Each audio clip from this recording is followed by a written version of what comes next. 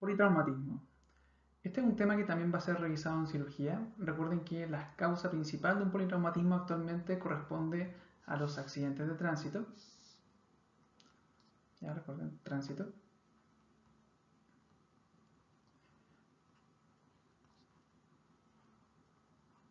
La evaluación inicial es como lo más importante acá en los pacientes, según la TLS y según la lógica, es con el ABCD.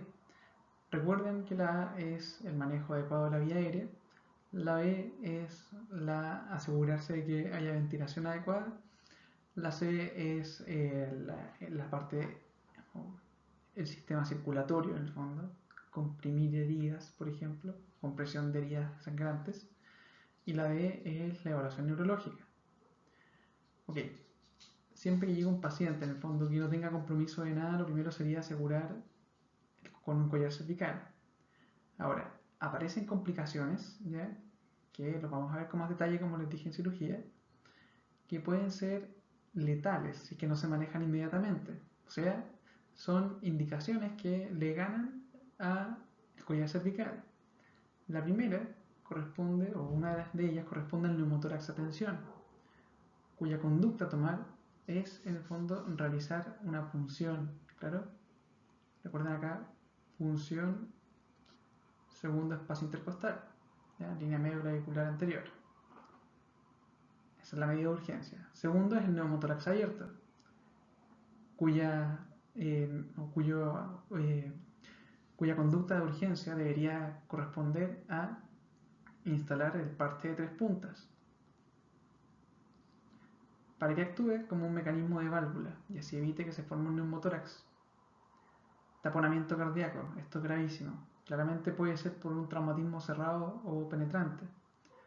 El taponamiento cardíaco debe ser manejado con una pericardiocentesis.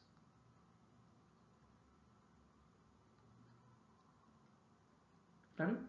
Ahora, la hemorragia externa profusa parte en la etapa C. Puede ser una lesión letal potencialmente. Por lo tanto, antes de manejarla, habría que manejar la vía aérea, o sea, collar cervical en este caso. Y el manejo de una hemorragia externa profusa es con compresión, ¿ya? Con compresión de la herida. Ahora, ¿qué pasa si, a pesar de la compresión, sigue la hemorragia, ya que la arteria comprometida está claramente como, o se nota que la herida es disecante, ¿ya? O es una herida cortante de forma longitudinal a la arteria? En este caso, si es que claramente no tengo cómo tapar ese sangrado arterial, la conducta para salvar la vida del paciente, sacrificando la extremidad, sería usar el torniquete. ¿Ya? Torniquete sería como última opción. Última opción. ¿Ya? Solamente cuando la vida del paciente se pueda salvar gracias a esto. ¿Claro?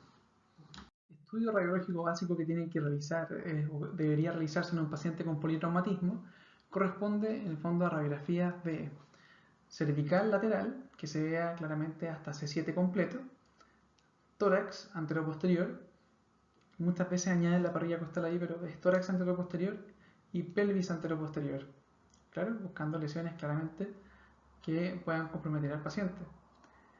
Además de esto, se toman radiografías de huesos que claramente, o lugares que estén con sospecha de fracturas. Claro, ese es el estudio radiológico básico. El tratamiento es manejar las complicaciones. Claro, siempre asegurar la vía aérea primero, luego que esté ventilando, posteriormente evitar que tenga hemorragia o detectarlas, y la evaluación neurológica. Claramente, si el paciente les mencionan que está con un politraumatismo, inicialmente está bien, y después evoluciona con un abdomen agudo, por ejemplo, claro, ahí podríamos tener un traumatismo abdominal cerrado, ¿ya? O evoluciona con gran hipotensión, ¿ya? Y tiene una pelvis inestable al examen físico, claramente fractura de pelvis, que también es una complicación importante en un politraumatismo. Fractura inestable de pelvis, continuando con lo que estaba hablando hace un rato, la fractura es politraumatismo, o sea, perdón, la causa de un politraumatismo. La clínica de una fractura de pelvis es palpar una pelvis inestable, ¿ya? Acá vamos a tener pelvis inestable a la compresión. ¿Ya? Y además de esto, vamos a presentar hipotensión, que va camino a un choque hipovolémico. Recuerden que la pelvis está llena de plexos venosos, que si se fractura de esta manera inestable, se pueden romper. ¿Ya?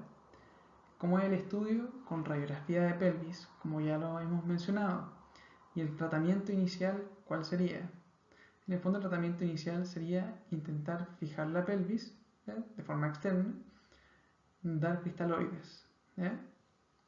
Acá sería tratamiento, reanimación con fluidos y estabilización externa de pelvis.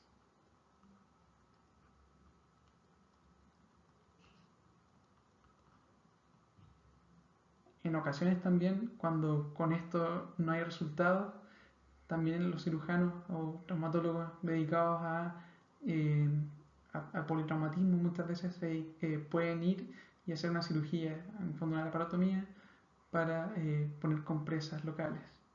¿Okay? Traumatismo raquimedular es otra complicación también que puede ocurrir de lo mismo que hablábamos hace un rato, fracturas en el fondo o politraumatismo, o también es un compromiso que puede aparecer en pacientes que caen de altura. Los mecanismos, recuerden, son en el fondo caída de altura y politraumatismo, ¿ya? Bueno, más frecuente. Cuando el paciente cae de altura y de pie, en el fondo, aparte de fracturarse las vértebras, también se fractura el calcáneo. ¿Ya?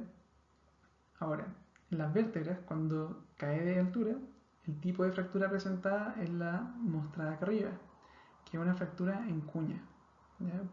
Por un mecanismo de hiperflexión. Tenemos fracturas en cuña, fracturas explosivas o tipo burst, ¿ya? Que son las explosiones. Complicaciones de una fractura raquimedular o un traumatismo raquimedular, claramente puede ser la inestabilidad y el compromiso radicular, compromiso medular. El tratamiento inicial depende mucho del tipo de fractura. Las fracturas de columna se pueden dividir en el fondo según su inestabilidad o estabilidad. En este caso, para explicar un poco esto, existe la clasificación de Dennis, ¿ya? Clasificación de Dennis. Mr. Dennis clasifica las columnas en 3 columnas, ¿ya? Él las separa en 3 partes. Y si 2 columnas, 2 o más comprometidas, son inestables. Y ser inestable en traumatología requiere cirugía, ¿ok? Ahora, ¿cómo es la separación de estas columnas? En el fondo nos dice que hay una columna anterior, que sería correspondiente a esta zona de acá, una columna media, columna anterior verde, columna media púrpura y columna posterior en azul. ¿Ya? Si 2 de esas 3 columnas están comprometidas, claramente estaría cursando con una fractura inestable, ¿ya? Claramente que tiene más riesgo también de provocar lesiones en el fondo o daño de la médula. Tratamiento entonces de las fracturas inestables es quirúrgico. Tratamiento de las fracturas estables es muchas veces reposo y analgesia.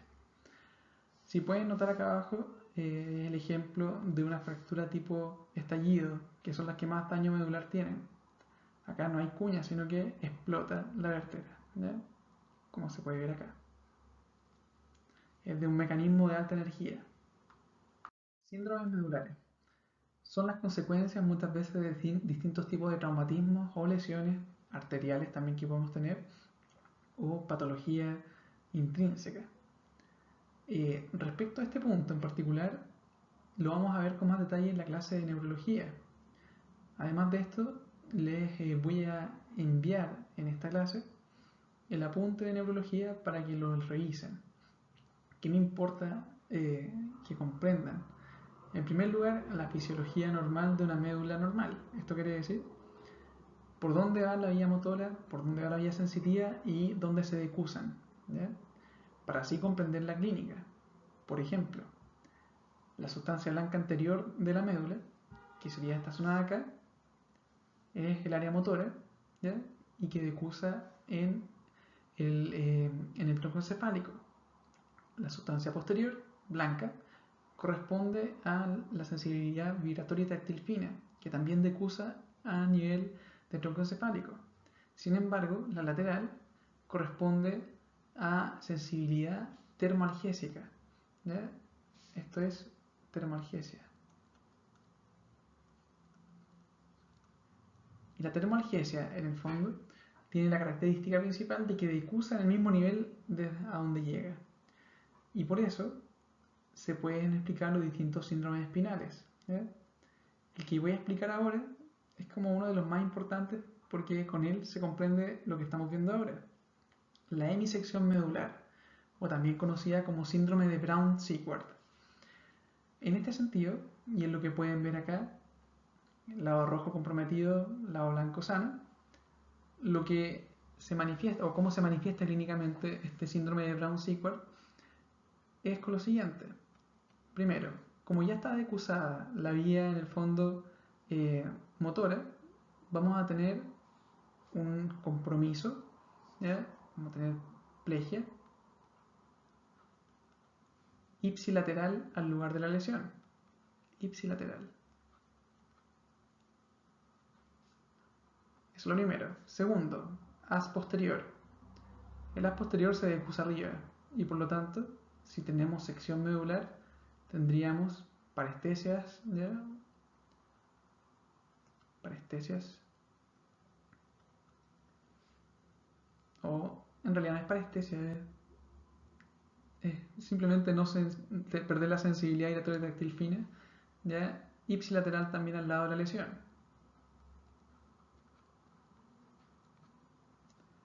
Y por último, el lateral, en el fondo, el haz lateral, que es termoalgésico, como se decusa en el mismo nivel, no deberíamos presentar esto, ¿ya? Porque se decusa al mismo nivel y sube. Esto querría decir que tendríamos compromiso o disminución de la sensibilidad termoalgésica, pero en el lado contrario, ¿ya? Porque se decusa ahí mismo. Contralateral. Por favor, complementen esto con el apunte de neurología que les voy a enviar. Ahí está más completo y van a también encontrar los otros síndromes medulares. Fracturas expuestas. Las fracturas expuestas, recuerden que son una urgencia, que tiene que ser derivada, pero también tiene que ser manejada inicialmente por nosotros, en el fondo, cuando lo atendemos como médico general. Se pueden clasificar en 3 grupos. Recuerden clasificación de Gustilo. Gustilo 1 son fracturas de menos de 1 centímetro, limpias, de baja energía. Típicamente corresponden a fracturas, acá son por espículas óseas. O sea, esto quiere decir que el paciente, en el fondo, se fractura y desde dentro hacia afuera se produce el mecanismo. Lo importante de este tipo de fracturas es que, si bien hay que hacerle aseo y darle antibióticos, en general se curan gérmenes de la piel, como el Staphylococcus aureus, y es de buen pronóstico. Luego pasamos a la Gustilo 3, porque la Gustilo 2 es cuando no corresponde ni a 1 ni a 3. En muchas clasificaciones aparece simplemente como herida de más de 1 centímetro, pero lo clásico es que sea de más de 5 centímetros. Es una herida o es una fractura de alta energía o también sucia. Acá también se consideran las fracturas por arma de fuego. ¿Claro? Estas fracturas extensas o sucias en el fondo se pueden dividir en 3 grupos. Un grupo A, que quiere decir que si bien está todo destruido, tiene cobertura por partes blandas, en el fondo no queda el hueso expuesto. Tipo B, que no hay buena cobertura por partes blandas. Y tipo C, que tenga daño neurovascular. Puede ser una fractura muy pequeña, producto de una bala, que justo le atravesó la arteria femoral, eso es Gustilo 3C. ¿Ya? Manejo en el fondo de las fracturas expuestas va a ser el aseo quirúrgico. ¿Ya? Eso es como una de las cosas más importantes, el aseo, con clorexidina, antibióticos, ¿ya? Y harta agua, antibióticos, que los antibióticos van a ir aumentando en potencia según el tipo de fractura. Gustilo 1, imaginen esto, cubrir Staphylococcus aureus. Gustilo 2, cubrir gram positivo y negativo. Gustilo 3, cubrir todo. Por lo tanto, en Gustilo 3 se podría utilizar un esquema de clindamicina, gentamicina, o podría ser cefazolina, ya, metronidazol, genta, ¿ya? O ceftriaxona, metronidazol, cloxa, o lo que ustedes quieran, pero hay que cubrir todo, ¿ya? Además de esto, es bien importante mencionar también que según el riesgo de posible sobreinfección, ya por Clostridium tetani, haya que dar toxoide tetánico. El toxoide tetánico, recuerden que se administra sobre todo cuando han pasado más de 10 años desde la última dosis recibida, o cuando el paciente nunca recibió una vacuna antitetánica, hay que dárselo, ¿ya? Se le da las 3 dosis ahí, más inmunoglobulina G antitétanos principalmente, ¿ya? Sobre todo en las fracturas que son, o las heridas que son sucias.